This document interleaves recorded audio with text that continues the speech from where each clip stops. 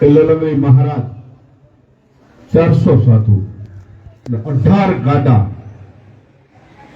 બાંધી અને પોતાની સાંકળે સવા મણની ઇન્દ્રીને હાકળ બાંધતા અને 18 ગાડા ખેંચી જતા. આવો સૌરભ પુરુષ દુસરે દયો કા ધજા છે નહીં ફરકે કા ધર્મ ને દાવત ને કોઈ 400 સાધુ છે કાળી રોટી ને થોડી દાળ ભજન જમાવા સંતોરે કાંઈ વાંધો નહીં બાપુ. મારા વડવાએ અમારા આદ્ય પુરુષે આ તલાવડીમાં દૂધ બહુ રહેલું છે. આપ 25 સાધુઓ પણ મને મદદ રૂપી તળમાંથી લાવે રંગાડામાં દૂધ થઈ જાય. 400 સંતોને જયારે દૂધ પાક માલુપુવા અને બધી વસ્તુ જમવાની તૈયાર કરી તલાવડી સ્નાન કરવા ગયા. સિસ્ટમ સાહેબ બાપુ કીધું બધું રસોઈ ત્યાં આપ ઠાકોરજીને થાળ ધરી દો. એમની જે સવા મણની સાકરના મકોડા એ ભમરા થઈ ગયા. આદ્ય પુરુષોએ જયારે કીધું સિસ્ટમ સાહેબ બાપુ આપણી માયા તો કે ના આપશે કે બાપુ એ પછી હાકળ બની ગઈ. એ વખતે આ આદ્ય પુરુષે ભગવાનનો અસરો વડનંદ મહારાજ કીધું આજથી તમે ભગવું ન બનો ભગવું ખોલવે રાખીશું. આપણે અમારા આદ્ય પુરુષને જયારે જીવિત સમાધિ લેવાનો સમય થયો પ્રભની અંદર સંત દેવદાસ બાબુ છે. આ એ સમયમાં આ જગ્યા સ્થાન હતું. ત્યાં દેવદાસ બાબુએ સમાધિ લીધી. હાજર ભેસાણનો એક લોહાર રામદાસનું મૃત્યુ થયું કે આમાં કોઈ સંત જો સર્વદર્શન ઉતારતા હોય તો મારા દીકરો એકનો દીકરો છે. પછી બધા કીધું હાથ ઉઘરેથી આવ્યા છે થશે પણ આ સમાધિ વિધિ થાય પછી આવે.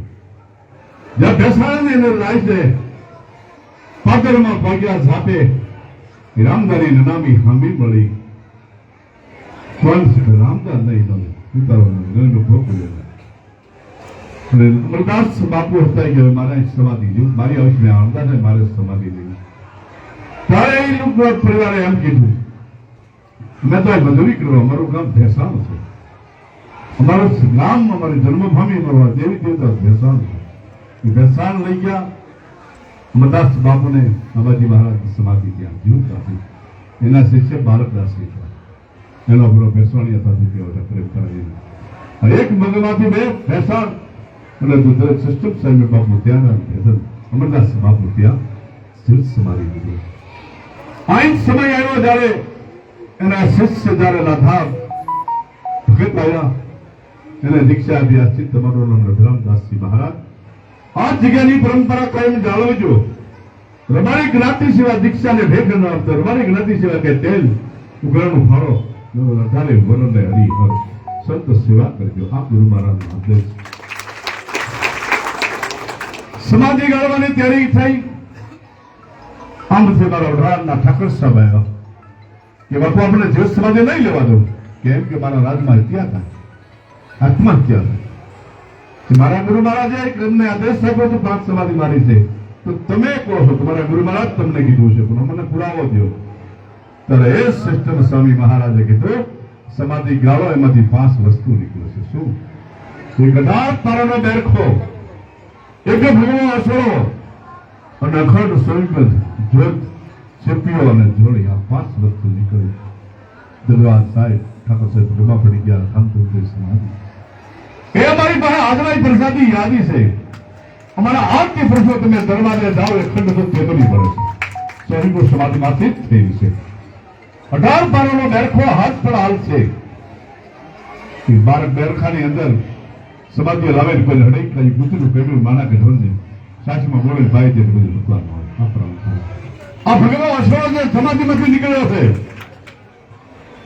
એ ભગવાન અશ્વ અમે પાક માથે રાખેલી છે.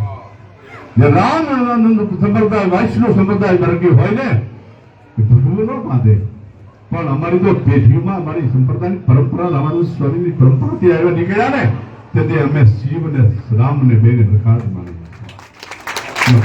ભાવ હરીને હરને બની માનવી છે. બાબુ સનાતન ધર્મની પરંપરામાં તમે છે એ ભગવું અસરો આજ પણ ઓલા મોટા મેળા મંડપ થાય ને ના પ્રસાદ ઉપર ઠાકી દે હજારો માણસો હરિહર કરે.